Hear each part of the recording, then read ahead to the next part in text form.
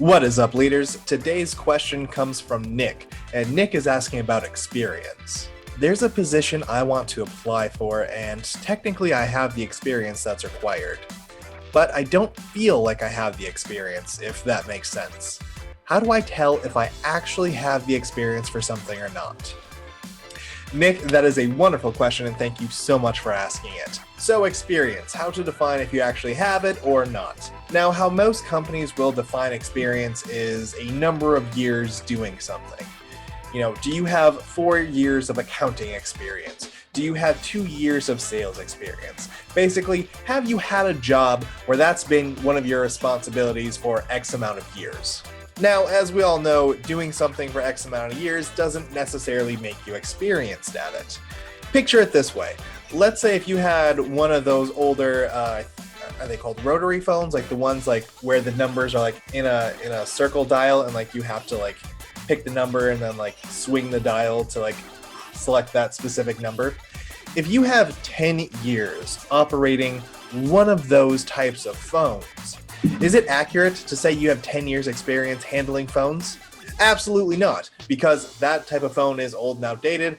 A vast majority of companies, wouldn't even recognize it and haven't had one of those phones in the building for ages, if at all. Just because you've been doing something for so many years doesn't mean you have experience doing it the right way, or the way that the company is looking for it to be done. So here's my personal opinion when it comes to determining if I have experience for something or not.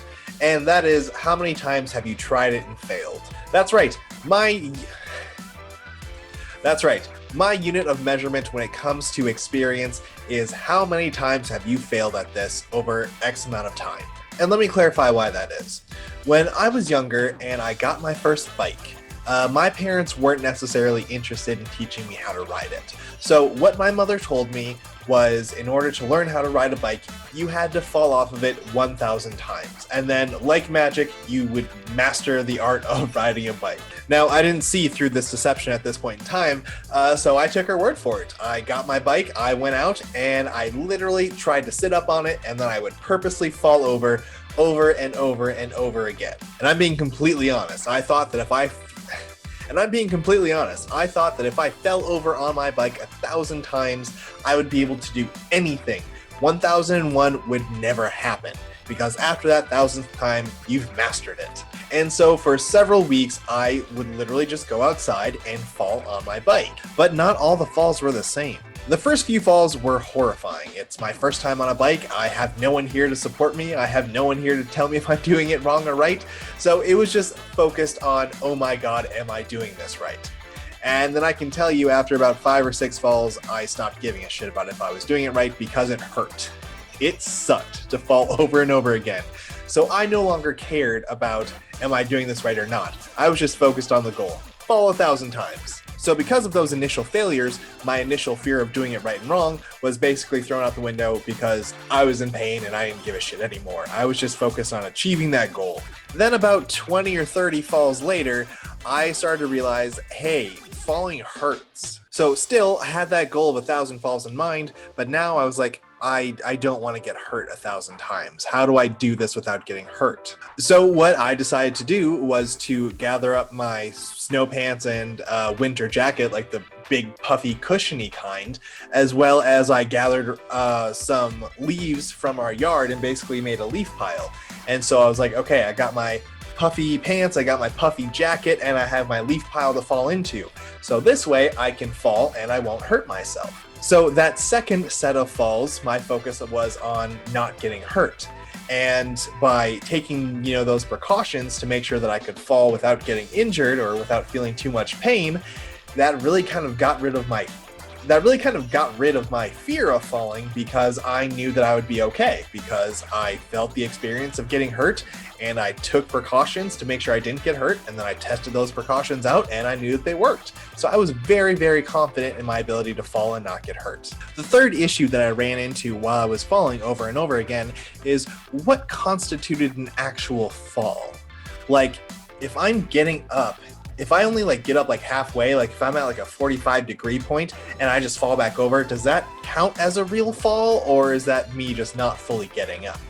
So I decided that in order for it to count as a fall, I needed to be all the way up. Otherwise, it was just, hurting myself and wasting time and not making progress towards that 1,000 falls goal. So after deciding that, after I would fall, I would very, very quickly get back up.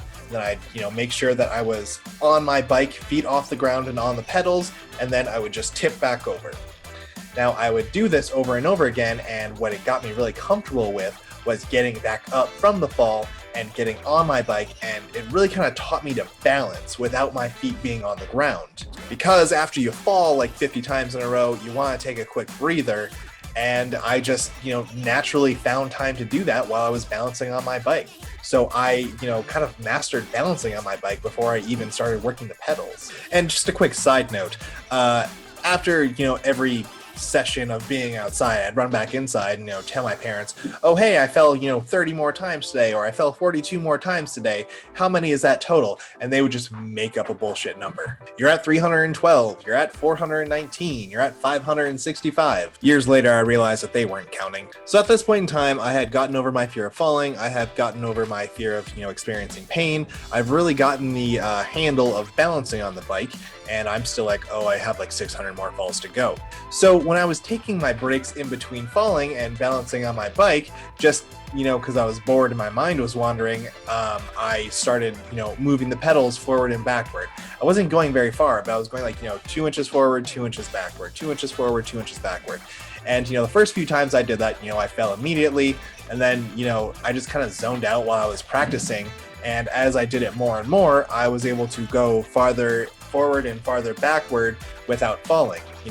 First time, fall immediately. 8th time, you can go 2 inches, then fall. 30th time, you can go maybe 6 inches and then fall. And then, before you know it, you're going like, 3 feet forward, 3 feet backward, and then fall on purpose. And I'll say it took me longer than I want to admit, but eventually I realized, oh wait, I'm riding forward and I'm riding backward. And then I'm choosing to fall. What if I just took the fall out of the equation? Like, can I ride forward? Can I ride backward? And then eventually I was just like, fuck the falls. I can ride a bike now because I can go forward and backward without issue. My balance is great. I have no fear of falling because of the million that I did. I don't know if I ever actually got up to 1,000, but I know that all of those failures eventually led to my mastery of that skill. And that's really what experience is, in my opinion. How many times and ways have you failed? What were the adjustments you made thanks to that experience of failing? And what else do you still need to be able to do in order to say that you have confidently mastered something or you are sufficiently experienced in something? So honestly, I view every other skill just like that bike riding experience. Try your best, know that failure is going to happen, keep doing it.